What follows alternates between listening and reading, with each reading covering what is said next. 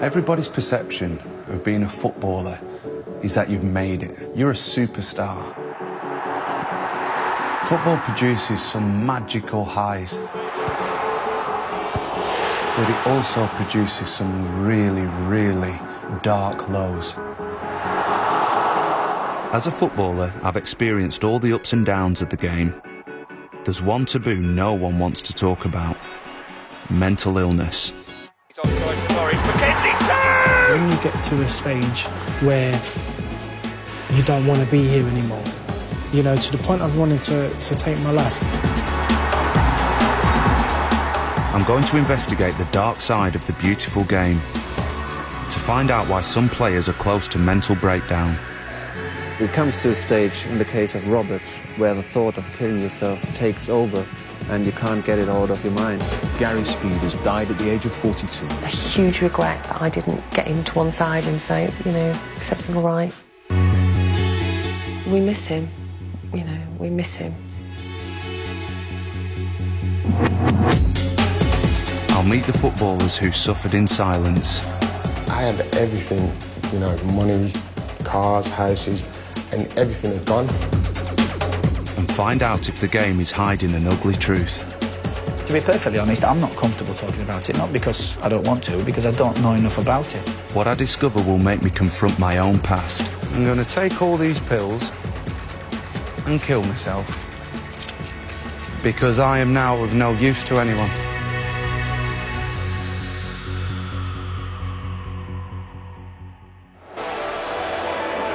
My name is Clark Carlisle.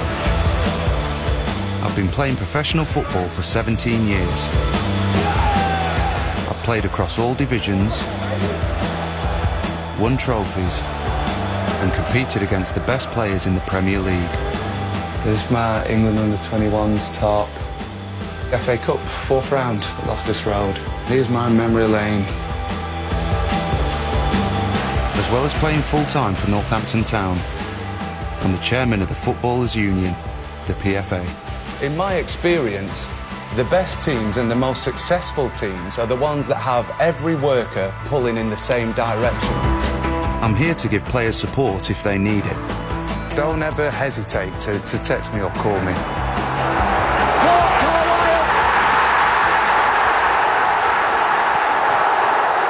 This is the most euphoric moment of my career. Promotion to the Premier League. The final whistle there was just unreal. Unreal.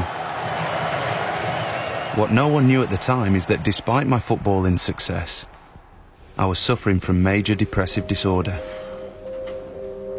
It's so hard to describe how illogical your thoughts are when you're in depression. It's madness. I feel my body shutting down. I don't just mean I'm tired. It feels like my brain is closing. I don't want to get out of bed because I don't want to face that day, and I don't want to have to think or process anything. You just don't want to face anyone. My depression was so severe that it led me to try and take my own life at the age of just 21. I kept it a secret, but I'm not the only one who has battled with mental illness, on and off the pitch. Now, I want to find out why some players in dream jobs can be pushed right to the edge. Do the problems start young? I've come to Bailey's Elite Academy, where top young players are being primed for full-time careers. Speed that middle up, please. Some are on the cusp of being signed by clubs. Sharp, sharp. This is where the dreams of football are made. Kingsley, I'm Clark. Fellas. But do these youngsters know what they're letting themselves in for? What will it mean to you if you make it? It's the richest pay, innit? So, it sorts me out for life. Yeah. And do you think that just if you get a professional contract anywhere, that's going to do that for you? And have you made any plans for in case it doesn't happen? No plans. No plans whatsoever? Have you gone to college, or have you got jobs, or...? Nothing. Nothing? With me, I don't think of plan B. Football's my plan A. Yeah, and your plan B, and your plan C. Yeah. The likelihood is that you won't make it. You know that, don't you? That's the truth. Of all the guys who come into football, there's only 1% who will. So you're not making any other plans. You're just solely focused on this. 100%. I love your optimism, and I love that passion and commitment. It's fantastic. I'm interested to see how you guys do. Academies are coming under more scrutiny for the way they hothouse young talent, with reports of hopefuls suffering from chronic stress. Can we get that popped? Good. Can we get it popped? Danny's been a coach for over 15 years. Evening, Danny. How are you, sir? You well? It's his job to manage the expectations of the players. A lot of these lads here just said that football is their plan A, their plan B, and their plan C. Yeah. I find the lads that have been in academy football since the age of 7, it's their world. I've got lads who play for me who were at, you know, top football clubs for 10 years. But for every success story, you must see a number of guys who don't make it. Absolutely. And that, you know, I'm quite interested in that because I see this age group, this, you know, 15 to 18. Yeah. It's the first drop-off point, I think. It's the first major rejection when you're moving into adulthood. They're wounded. They've got bits missing. They're like a jigsaw that was put together once upon a time, and then you threw it up in the air, and you're trying to put the bits back together again. Yeah.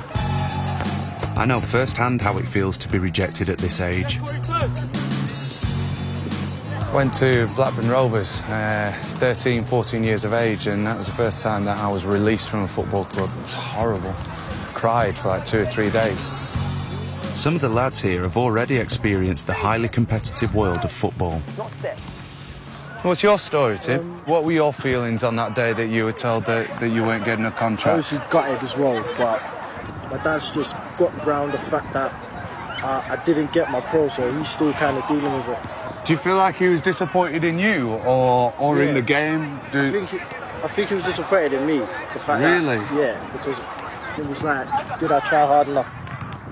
I thought it was very interesting that one of the lads felt the disappointment of his father. You know, that's quite a burden to bear. It's very similar to mine. You know, football was my reason for being. It was the reason that people liked me and loved me. And I hope that Tim's not starting out on that road. Good. Good.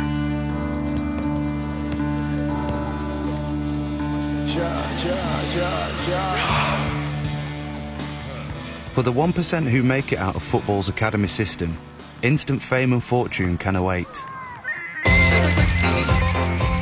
Success stories include the likes of Gareth Bale, Frank Lampard, and Manchester United's new £15 million signing, Wilfried Zaha. Zaha is the latest young star to have come through Crystal Palace's youth academy. I've come to see Simon Jordan, chairman of Crystal Palace for 10 years. Mr. Jordan, good afternoon. Clark Carlisle, nice to see you. How are you? Pleasure to see you. Thank you so much for taking time to talk to me today. You know, we see these guys, they're taken from school at 16. How do you prepare someone for this instant level of adulation? Yeah, I don't think you can. 1 minute they're at school, 16 years of age. Next minute they could be in the first team, having grown men shouting their name. Because I liken footballers to rock stars. You read about certain rock stars that come off stage and they can't find this high. And then everything beneath that high is a low. Yeah. And then that triggers depression and low feelings and all the mechanics that go on inside people's psyche. Football is a difficult world. It's difficult to get into that world. And and I used to look at the academy and the youth development palace and, prepare these boys for the world they're going in. Not for the idealistic world of it, but the real world they're going into, professional football, which is hard and sometimes unfair. And it's a school of hard knocks. And managers don't always put their arms around players and tell them they're not playing on Saturday. They throw them a bib. And that's how they know they're not playing. And they've got to get used to that. They've got to be prepared for the world that they're in. Because you spend a lot of money on your youth development policy to bring, if you want to take it from a mercenary point of view, you spend a lot of money on youth development policy to bring these young boys into your football team to make them an asset. How have you seen these pressures manifest themselves in players? And I had a particular player that I put under a lot of pressure because I was unhappy with his conditioning. Okay. I put him under a lot of pressure. And I'm not going to name him, and neither would you ask me to. But at the time, I was greeted with the fact that he had very serious issues as a result of the pressure the football club put in Beat to be in the right condition. Right. So I think I was wrong there. I've got to say, I was completely blown away by Simon Jordan there. You know, there's a duty of care from the chairman and the football club to ensure that they are vigilant enough to be able to spot these issues and to make sure that the mechanisms are in place. And we have to ensure that we do bridge that gap from 16 to stardom that can be instantaneous. At 20 years old, I signed to Queen's Park Rangers for £250,000. I felt like I'd made it. Playing in front of thousands of fans every week. When you step out of the tunnel and the stadium goes, wow, it's an awesome moment.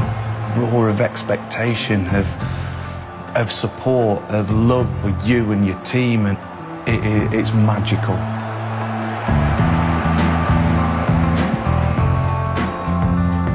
At QPR, I was suddenly thrown into the glare of the media spotlight. Everyone around the place knows who you are, and you're treated like royalty in certain circles, and you've got a lot of money to spend. You go out to places, you're treated as VIPs, and you get lots of things for free. It is a real big ego trip. But on the pitch, my every action was suddenly scrutinised, analysed and judged by thousands of strangers every game.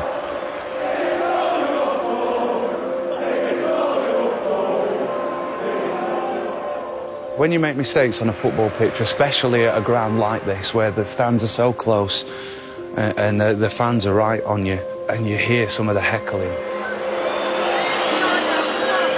and especially as a young, aspirational or hopeful footballer, it can knock you down. It can really, really hurt your confidence. You can't convey that you're upset or anything. You don't want to give any sign of perceived weakness.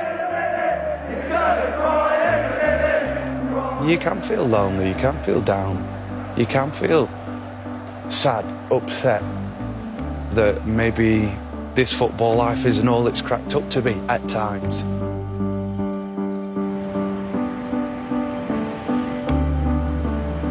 As a football club, you're their asset. They're investing time and money into you. And in order to do that, they control as many parts of your life as humanly possible, where you're told what to think, how to think it, how to process situations. You're told who to talk to, what to say to them, how to say it, what not to say, who to definitely stay away from. So you are moulded so that an image and a life and a profile is manufactured by your employer. This is done every day for the entirety of your contract. It just warps your mind. Former England midfielder Lee Hendrie started his career at Aston Villa. He was only 16 years old. Lee Hendrie turning on the 6-yard line to score his second goal in as many games.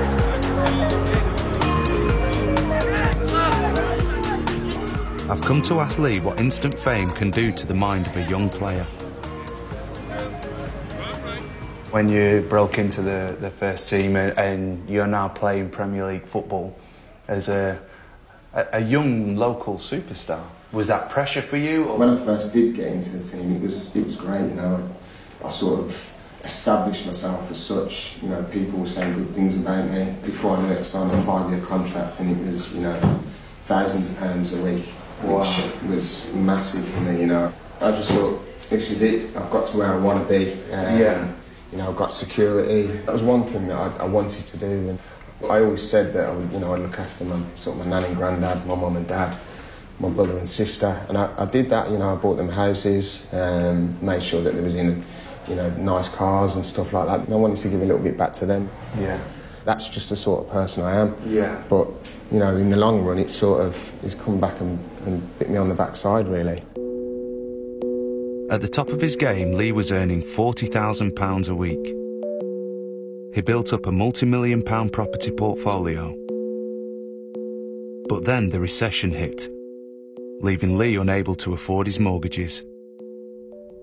I got declared bankrupt, and I mean, it was horrific. Obviously, having all that sort of money, fame, right. I was too embarrassed to go to the shop. I felt like my whole world had just fell down on top of me. It was just, I mean, I had my mum's property, my dad's, my nan's. Mum's got repossessed first, so I mean, I was just absolutely beside myself. I was blaming myself for it because I'd put everyone in these positions where they had nice cars, houses, and they'd end up with nothing. Honestly, that was, I said to myself, I can't go on. I had a big packet of sleeping tablets, and I took every single one. I remember waking up and my family obviously was all there. And to wake up and see everyone there upset, I was embarrassed. The second attempt was, I sort of had a bad day, if you get me, and it was, I remember someone saying something to me, saying, "Oh, you've got no money," and it hurt me really bad. Like, I thought, I can't cope. Yeah. And I'd try to do the same thing. Again, I woke up, and I found my family were sort of angry at me. Okay. As in, why are you doing this? What, Yeah. But I don't think I could describe how. I felt, and I don't think anyone could understand how I felt. Yeah. I had everything, money, cars, houses, and everything had gone. Yeah. So to be there and to fall, that massive drop down to the bottom, it was horrible, frightening. If you looked at that time in between, yeah. Do you think you got any support? Do you think that maybe the second attempt could have been avoided during the time? I mean, I do, but I think that's down to sort of the individual that's like myself. Yeah. I felt like I'd got myself in that situation. Yeah. I've got to get myself out of it. That's right. God bless you, Lee. God bless you.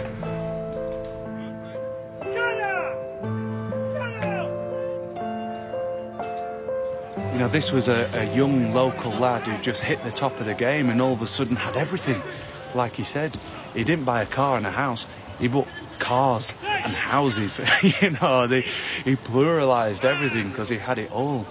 And in one fell swoop, that was all gone. And he didn't feel like he could talk to anyone.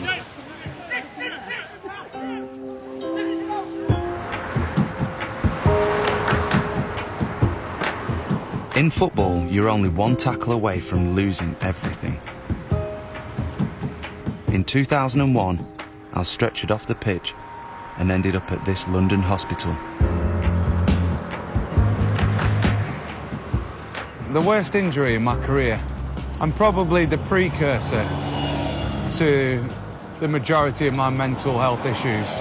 It was a game at Loftus Road, QPR against Fulham. Well, that's going to be a free kick. And I went to clear the ball, and Rufus Brevett was coming the other way, and he got to the ball first, and we just swung our legs together and landed in a heap on the floor.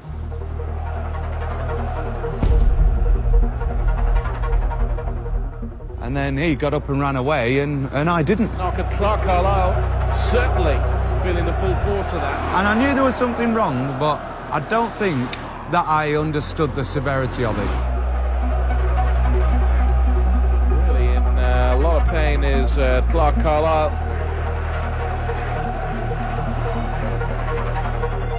I'd ruptured my ACL, I popped the TS, wrenched the hamstring, the biceps femur off, iliotibial band, had dislodged the nerve. It was a mess. It's a worrying moment for QPR. The real shock came for me when post-op, coming round from the operation, might not be able to walk without a stick again. I could not get my head around that. My career was just starting, so to just have it side down, I couldn't and didn't want to think about that. Clark Carlisle looks like that's the end of his game. And I think that's where my inability to control what was going on upstairs began.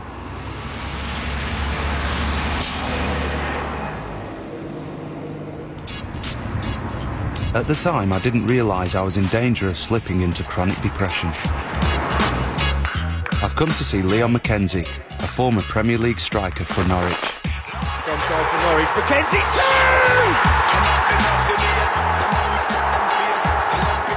2! He scored over 100 goals during his career. But now Leon works in the family business.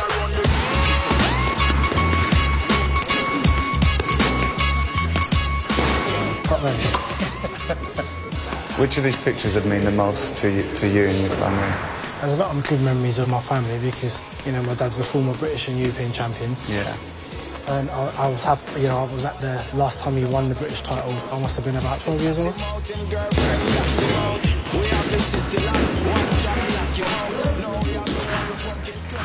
Depression probably crept into my life towards the back end. I started suffering a lot of injuries. I ruptured my thigh. Right. And then I ruptured my Achilles. After that, I was never really the same. Yeah. Everything sort of changed in my life. I got scared of what actually am I going to do after this finishes. I just lost who I was. I lost my direction. I couldn't cope with things anymore. When you get to a stage where you don't want to be here anymore, you know, to the point of wanting to take my life, to the point of not wanting my existence anymore, I didn't even hesitate, you know? And luckily for me, you know, I got found and everything else. Let's go there. You know, you tried to commit suicide. That's right. And, you know, by the grace of God, you're still here today. Yeah. What took you to that point then? What was going through your head? Depression probably crept into my life. A period of probably missing my children after sort of my first divorce. In our game, we can bottle things up, you know? And if you do that, sometimes you can come unstuck. And I do really think that we do need to do a lot more in our field. I really do. What was in place for you? Where could you go? What support was there for you? And that's where I feel that we do need to start catching on a little bit more. I think the PFA do some fantastic things, but also I do think that they can do a lot more. And the reason I say that is because when I tried to call up, and I sort of said, look, this is I've gone through this and I tried to take my life. Unfortunately for me, I had someone on the other end of the line who didn't really get it. Right. And what that did is I didn't really feel any comfort in that conversation. So when I put that phone down, I didn't want to call the PFA back. That's a problem for me. That phone call could help so much. Sometimes with these things, I think you've got to look after your players and you've got to look after your sport. Why don't the PFA get like some sort of hotline, emergency line? Because it's the phone call that is probably the main thing. That first point of contact. And then giving them the courage Yeah. to then be able to be confident and speak. A hotline's a very good shout, mate.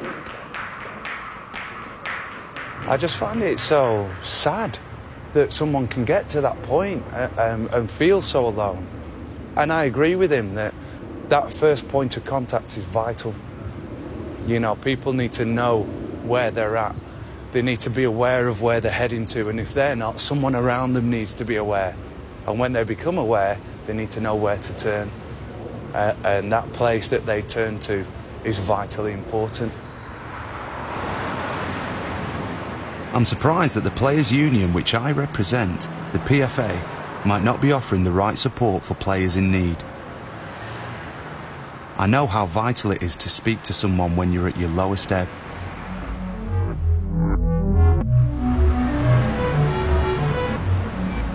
Whilst recovering from my knee injury, I was unable to play for nearly 2 years.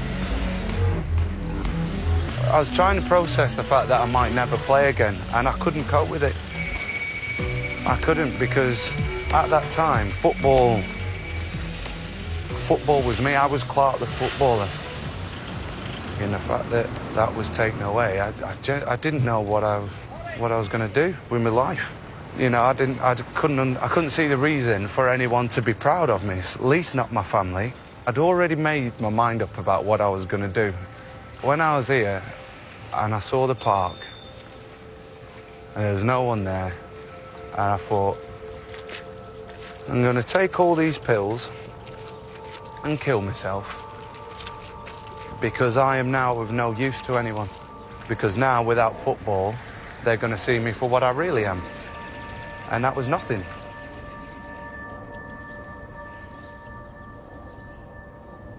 I sat on a bench, popped pills, and waited for it to happen. It's horrible being here. Sometimes you can go back to points in your life and when something negative happens and you know that you've learnt from it and you know that you've grown and you know that you learn life's lessons from it. I can't stand being here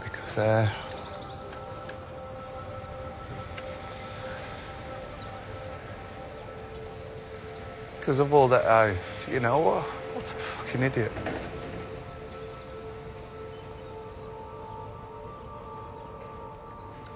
There's certain things you don't appreciate at a time, and you know, my wife and my children. It's so horrible that something can come over you that makes you lose sight of these things in your life. You know,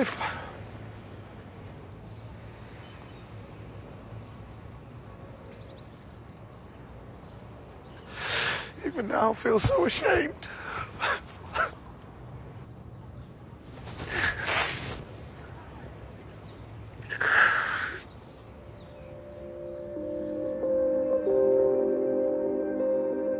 Luckily, I was found by my girlfriend and rushed to hospital in time. I have a very strong body. I do all the work to make it strong, yet it can still break down. And my mind is exactly the same. Because I have an incredibly strong mind. But that mind can get ill or break down. Depression, in my opinion, is a mental injury that needs diagnosing, treating, and then you're back on track again.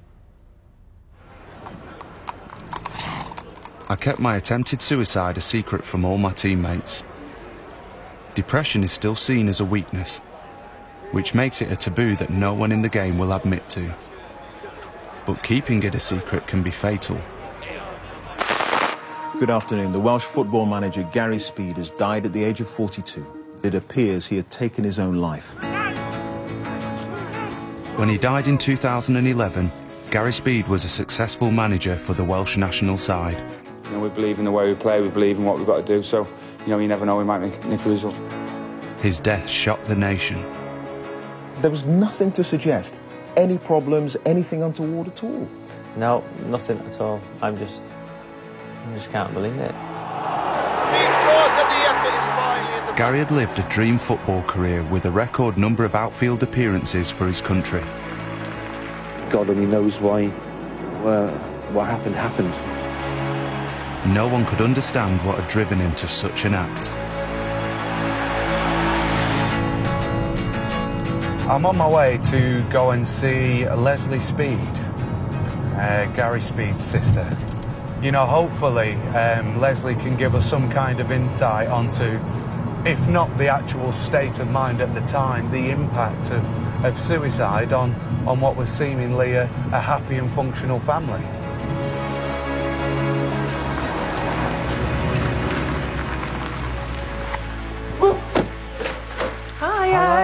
Hi, I'm Clark. Nice to meet you. Come on in. Oh, thank you very much. This is the first time that Leslie has spoken publicly about her brother. If somebody had asked me if I thought that my brother was depressed, I'd have said no, absolutely not. What I know now about depression and suicide, of course he was depressed. Of course he was. He hid it from us, yeah.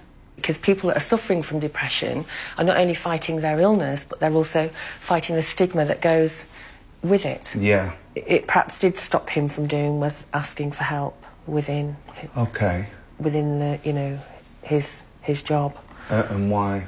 Why do you think that one Well, caused the other? Trust. Right. You know, that was probably had a lot to do with it. Who could he trust? What if it got out? He'd be seen as, you know, weak. Depression wasn't really talked about in our family. You know, it was something that you didn't have. You know, you're not depressed. You're fine. Pull yourself together. That's a common thing that people say. You get treated if you have an illness, but with depression, people tend to withdraw, and you don't know. You don't have any idea. And maybe he thought he had to put on this persona and hide how he was really feeling. Just hours before his death, Gary Speed appeared on television. There was nothing to suggest that anything was wrong. But later that night, his wife found him hanged in his garage. We were just so sad that we couldn't help him through. That's, you know, a huge regret that I didn't get him to one side and say, you know, is everything all right? Even now, when we look back, it's still so unbelievable. And we miss him, you know, we miss him. I can't even begin to imagine, but I'm so sorry. That's okay. So sorry. I'm glad you're here. I'm so sorry. I will never know what she's feeling. I'll never know what the family are feeling. Just being there and talking to her and hearing what they're feeling, I almost put that on my own family. And that is...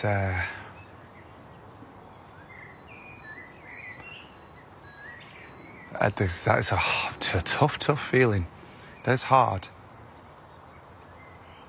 For it to not be in vain that this man took his own life, we have to do something about it. I have to do something about it.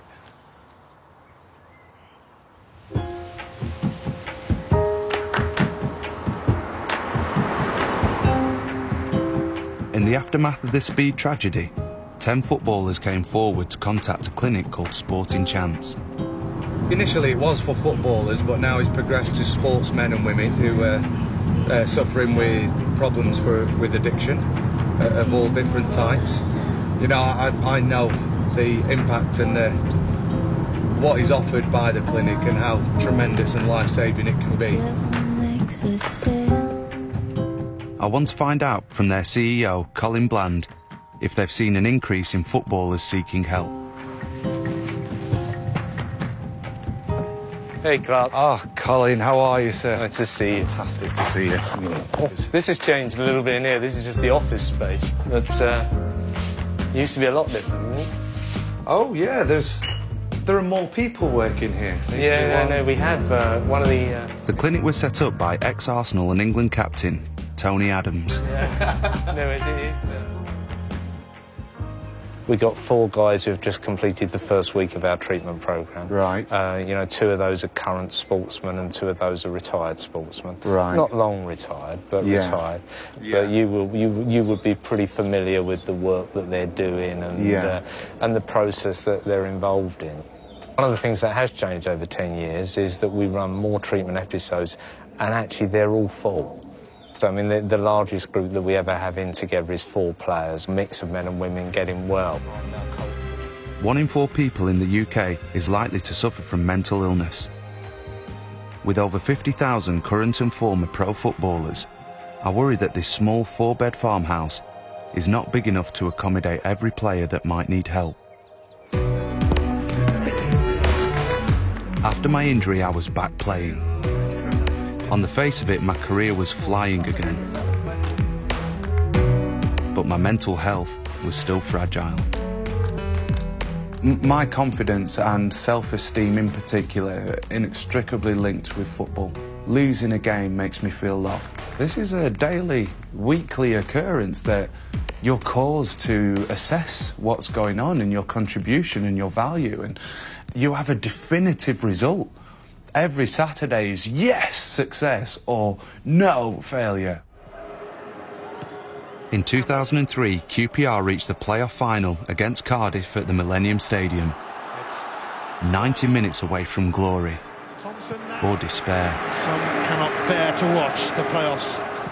I still dream now about moments in that match where things could have changed. Clark Carlisle, who's won it back. I broke out from the back, passed the ball out to Kevin Gallen, and then carried on my run to the back post. And I headed it down for the near post. And it went wide.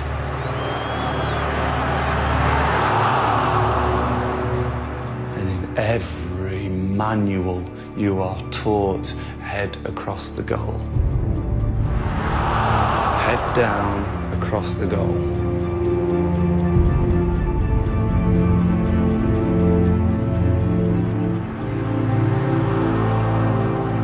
And if I'd have done that, A, I might have scored. B, one of my teammates might have got it in if it was going wide. C, the keeper might have saved it, pushed it out to someone who'd have put it in.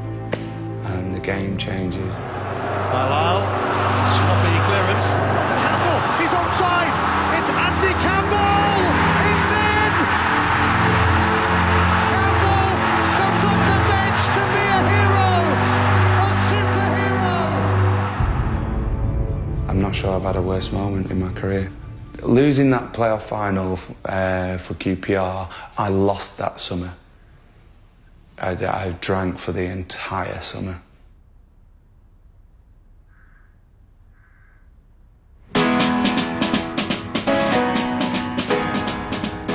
When players fail on the pitch, they can cost their club millions in lost revenue. Ladies and gentlemen, welcome to Munich. But the cost to the player can be even higher. I've come to a place that produces some of the world's best players, Germany. Robert Enke was Germany's national goalkeeper. He played for Barcelona and Benfica. Like me, he also suffered from depression. I've come to talk to his friend, Ronald Reng. He did struggle with certain pressures of football. How much do you think those pressures contributed to his depression? It's fair to say he was prone to depression, but in his case it was the particular pressure he put himself under as a goalkeeper to always be perfect, to never make mistakes.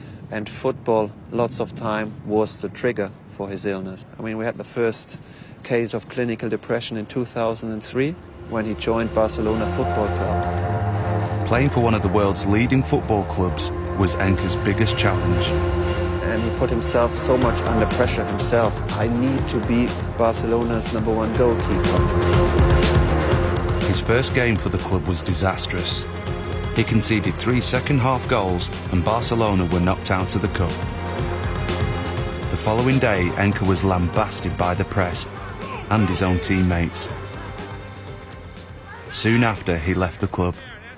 And because he had so high expectations of himself, he blamed himself so much, and he went into a spiral of blame, and basically the whole process of the depression started there. A period of soul-searching has begun over how a soccer idol could feel compelled to take his own life.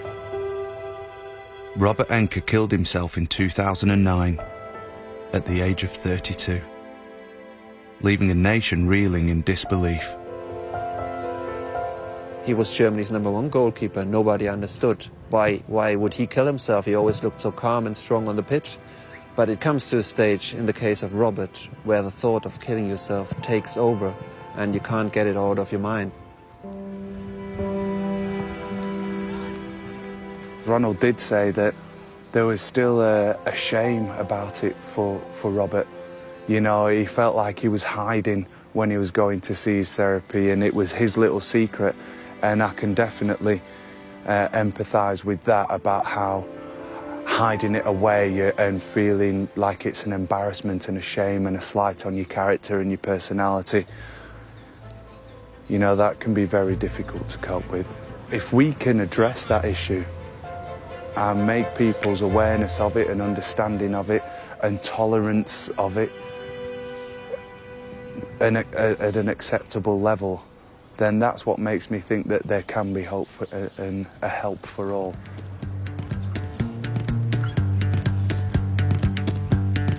Enke's death led to widespread changes in how German football deals with their players' mental health.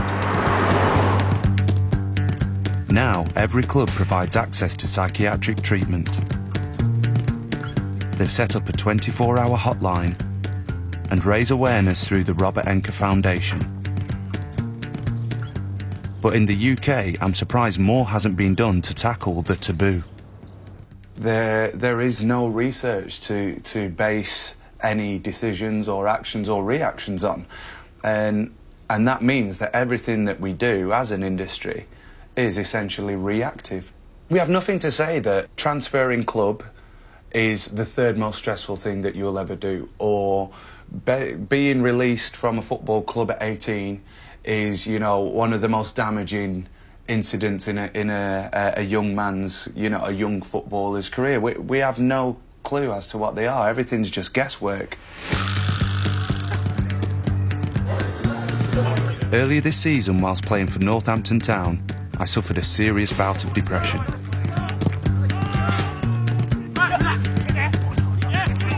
Unable to go to work for days, my manager, Adi Boothroyd, told everyone that I had the flu.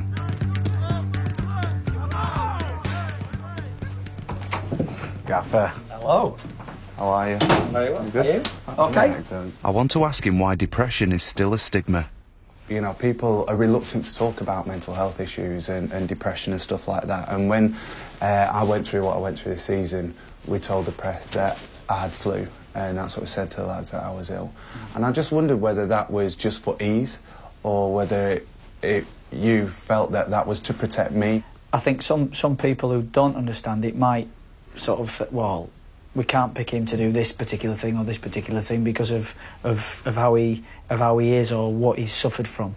And I think it's one of those things that people just skirt over because they'd rather avoid it, you know. I'm from Yorkshire. My thinking used to be, get on with it. Yeah. Sort it out, you know. Grow a pair and move on. But as time has gone on and terrible things happen, Gary Speed, for example, and there's one of them things, wow, where did that come from? And I don't think mental health, we know an awful lot about it. I certainly don't. And to be perfectly honest, I'm not comfortable talking about it, not because I don't want to, because I don't know enough about it. I think there's a protection issue in terms of the chairman, the people that put the money in. And when I signed you, I said that to him. I was straight and honest with him, saying, listen, Clark might go off the rails now and again, but this is what he gives us. Gaffer, thank you very much. It's a very long-winded answer, wasn't it? It was a very Not as good many answer. syllables as you use, but it was a very good answer. Thank you very much. Always a pleasure. Always a pleasure. I don't blame anybody for having that pull yourself together mentality, because you can only think that if you don't understand the illness. That is it. If someone has been alongside me and learnt about the illness and the effects and why it happens, and then they say, oh, pull yourself together, then I'll blame that person, because that's just plain ignorance. But someone who doesn't know about it, how can you blame that person? You just can't. The gaffer has spent this season getting our club from the bottom of League Two into the top 6.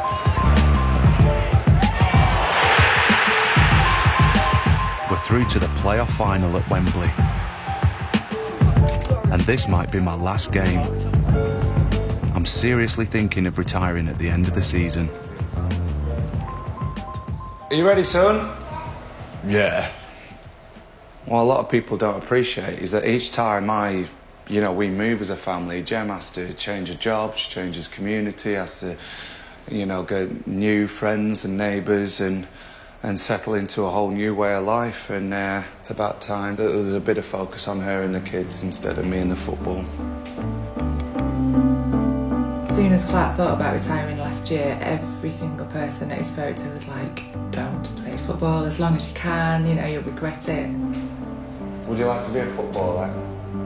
No. You don't like football? Why don't you like football? Because I don't want to get hurt.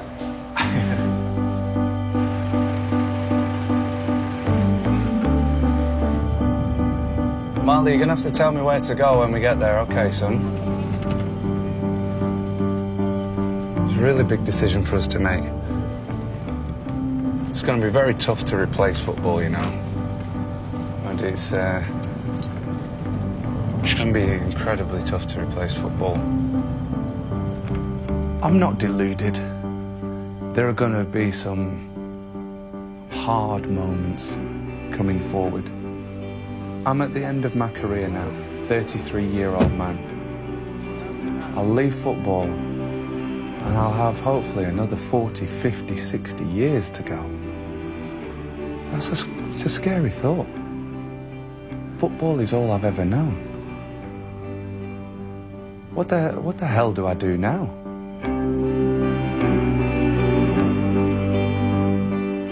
This season, the biggest names in football have retired. And like me, they're going to have to fill the dangerous void that football leaves. After retirement, the chances of suffering from clinical depression can go up by 40%. So when you land on football's scrap heap, how do you bounce back?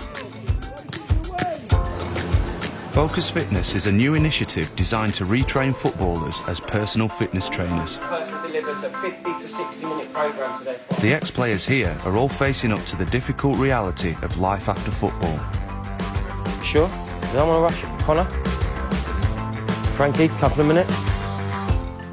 Former West Ham player Ishmael Welsh is only 25, but his football career has already come to an end. That moment when you realised that it wasn't going to be football, that was going to pay your way, you know, that was going to be your career. What was that moment like for you? It was scary. It was really scary. But my head was all over the place. I was thinking of all sorts of things to do. To an extent, I was quite depressed because I didn't know where am I going to go from here. This is the time I have to make the big decision of my life. Yeah. You know, no one's going to make it for me. I've had decisions being made for me all my life. When you're at football, your parents, but I'm an adult now. You know, yeah. I've got to grow up, and I've got to grow up fast. Ishmael's story shows how precarious my industry can be. His career has only lasted 8 years.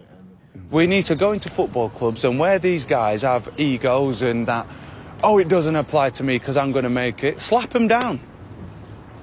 Slap them down and say, you know what, out of all you guys here, you'll be lucky if 6 of you are still playing in 5 years. We need to get real instead of just wrapping people in cotton wool. I feel we have to make some radical changes as an industry.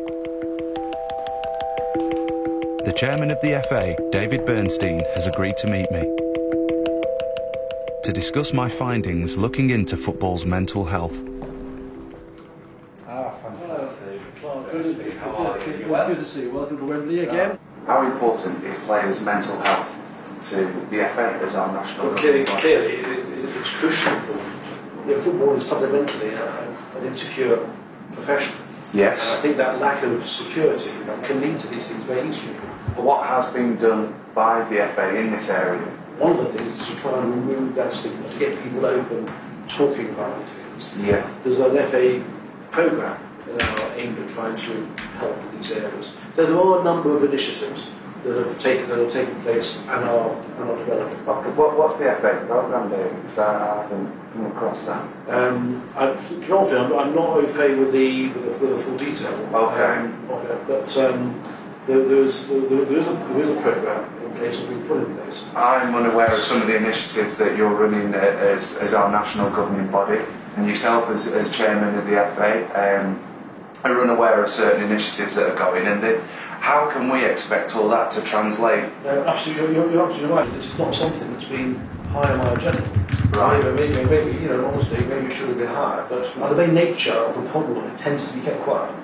There's a real reluctance to dip into the entire issue to find out exactly what it is about and how to deal with it. So I agree with this. I'm sure it's been badly neglected in the past.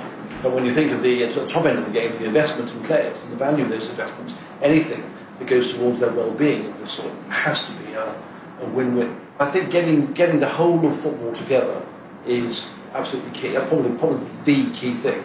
And I'm in a way very happy when people are having this conversation, because It's raising the profile of the issue for me as well. David, thank you so much for your time.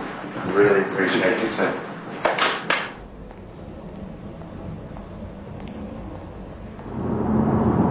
I genuinely hope that this meeting is the beginning of something big.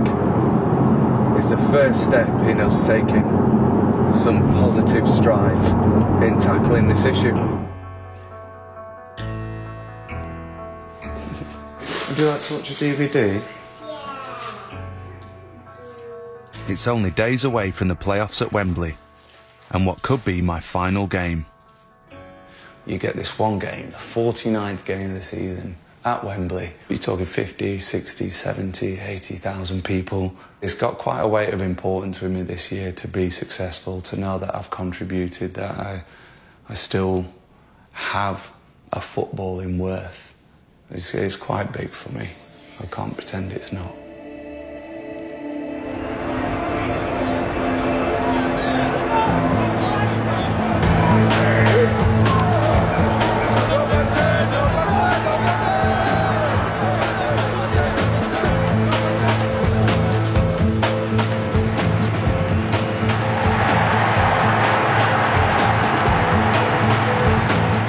Losing again in a final is unthinkable.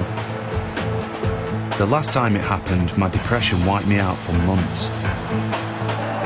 This is my last chance to go out on a high. Can I end my career in glory by captaining my team to promotion? 18 months ago, Aidy Boothroyd took charge at Northampton Town, and it was a side facing the very real possibility of relegation into the abyss of non-league football. 18 months on, and he is looking for a happy ending. It all culminates in 90 minutes. 90 minutes that define your season as a success or a failure. Can cross into the box towards the back post over the head of Hansen. Might still be an opportunity here for Bradford. Chip back into the penalty area. Need to be kept by the Cobblers. Over the goalkeeper's head, and 1-0. Bradford lead in this playoff final. Carlisle not happy with the decision at all. It's only 10 yards or so inside the Cobblers' half. Will break kindly for Doyle. Ball back into the box, diving header and goal! And another goal for Bradford. They lead 2-0, and this game is slipping away from Northampton Town already. Finds Reed. Kyle Reed chips it up to the back post. Cobblers undone again here. Wells with a chance to make it 3-0, and he does. And things just go from bad to worse. And Northampton Town are suffering a Wembley nightmare. Northampton just didn't mount enough of a challenge to ever threaten to unsettle Bradford City. Final score from Wembley. It's so disappointing. It's Bradford City 3, Northampton Town 0.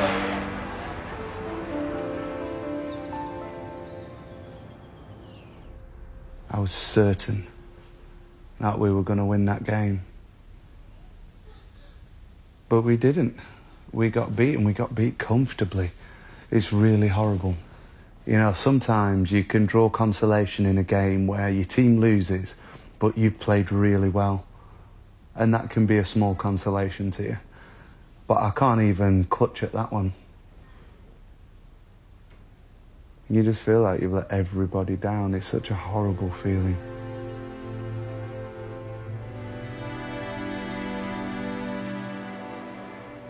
On my journey into football's mental health, I've discovered that many of my fellow professionals have suffered in silence and even tried to take their own lives.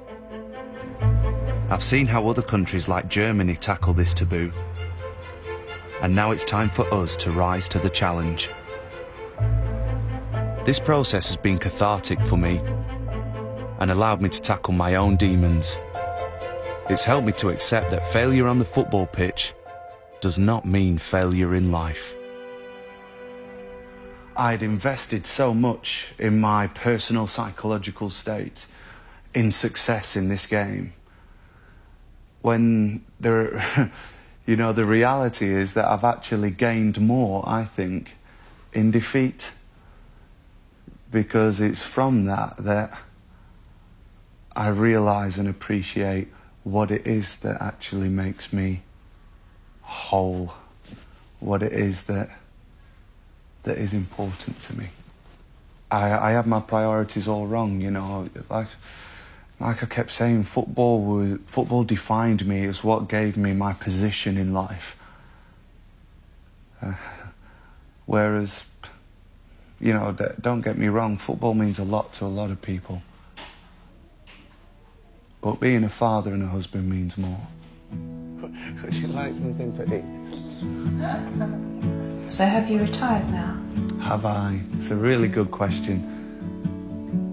Have I retired? I think I'm ready for the next step now.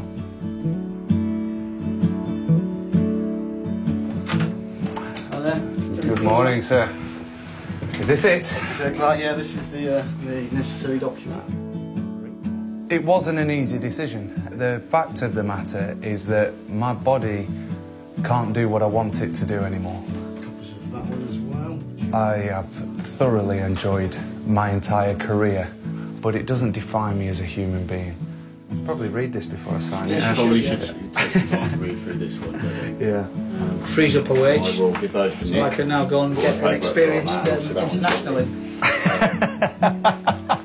That's all done. Brilliant. All the very best for the future. Thank you very much. No. Thank you very much. Well done. Here it is. I'm done. Free at last! Free at last!